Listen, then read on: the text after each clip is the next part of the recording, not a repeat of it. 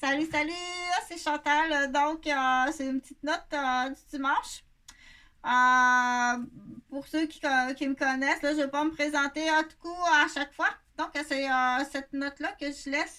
Je la laisse pour moi, mais je la laisse pour les gens aussi qui sont dans la même situation que moi ou qui travaillent sur ce dossier-là. Donc, je travaille sur les dossiers de maltraitance chez la personne âgée ou chez la personne ou chez la femme ou chez l'homme, parce que ça peut être aussi chez l'homme, mais on le voit plus au Québec, on le voit plus chez la femme.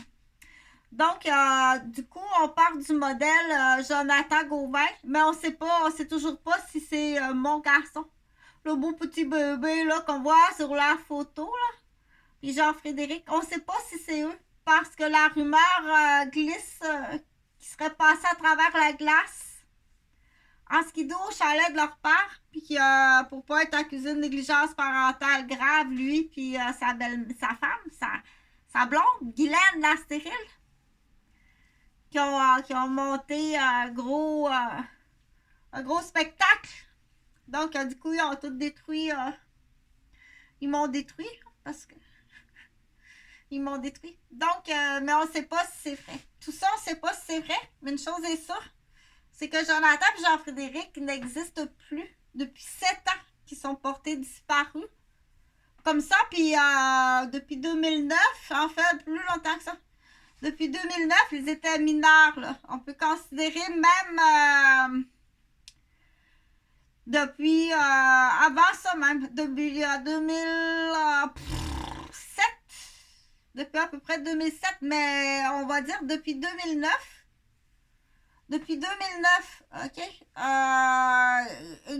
Que c'est peut-être ce qu'on appelle des Bangkok. Je me suis fait dire que c'est 2 jeunes de Saint-Henri de Montréal qui remplacent, là, qu'ils ont remplacé, là. J'ai vu peut-être Jean-Frédéric 4 fois.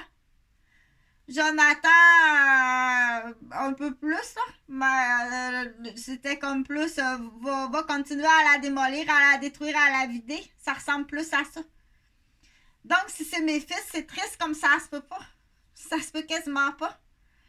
Si c'est pas mes fils, il y a beaucoup de monde qui sont en état d'arrestation tout autour de ça, peu importe.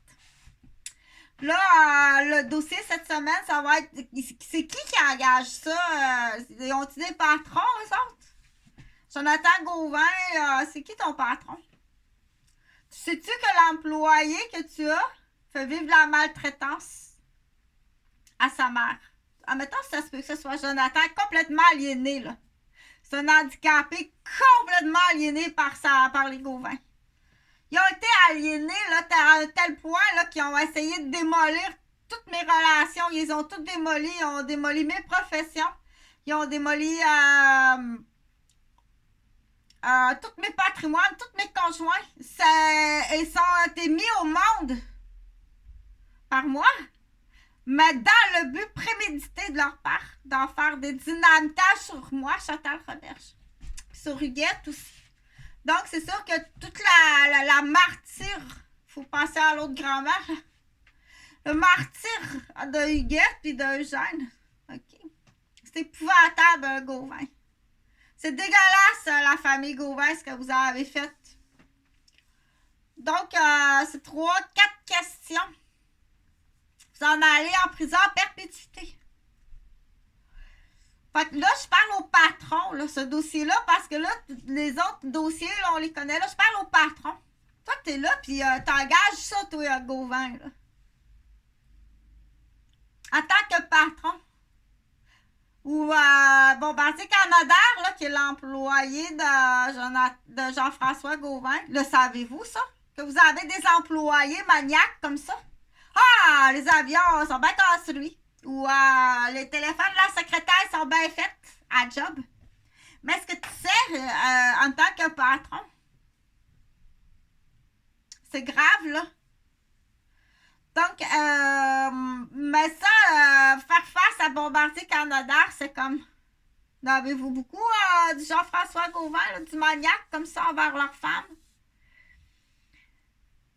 Mais ça va plutôt voir Jonathan Gauvin. Pour qui tu travailles, Jonathan Gauvin?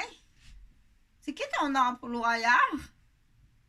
Puis là, savez-vous que Jonathan est en délit de fuite, là, qui a failli tuer sa mère en la pitchant à la rue, qui lui a volé son appartement, ses meubles, qui est soit très handicapé, aliéné, ou qui est peut-être rendu une personne dangereuse, que moi, je déclare, là.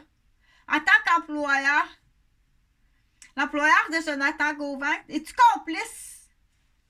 Dans le sens que, on sait que dans le monde du garage, Jonathan est mécanicien. Tu lui fournis-tu un trousseau de clés? Ça se peut que mon enfant là, soit rendu à ce qu'on appelle au trousseau de clés. Écoute, il y a des directeurs d'école qui sont trousseau de clés, là. Fait que petit mécanicien peut être trousseau de clés. Donc, il faut aller vérifier, puis il faut partager, parce que là où c'était très, très, très intéressant dans ça, parce que l'histoire de Jonathan, Chantal, puis Huguette, là, puis Jean-Frédéric, puis Eugène, là, tu sais. Mais ce qui est intéressant dans ça, c'est de dire... attends un petit peu, là, le compétiteur, admettons que Jonathan, il travaille pour Garage Normand, à Saint-Eustache. Je sais même pas s'il est vivant, mon fils. OK? Admettons que Jonathan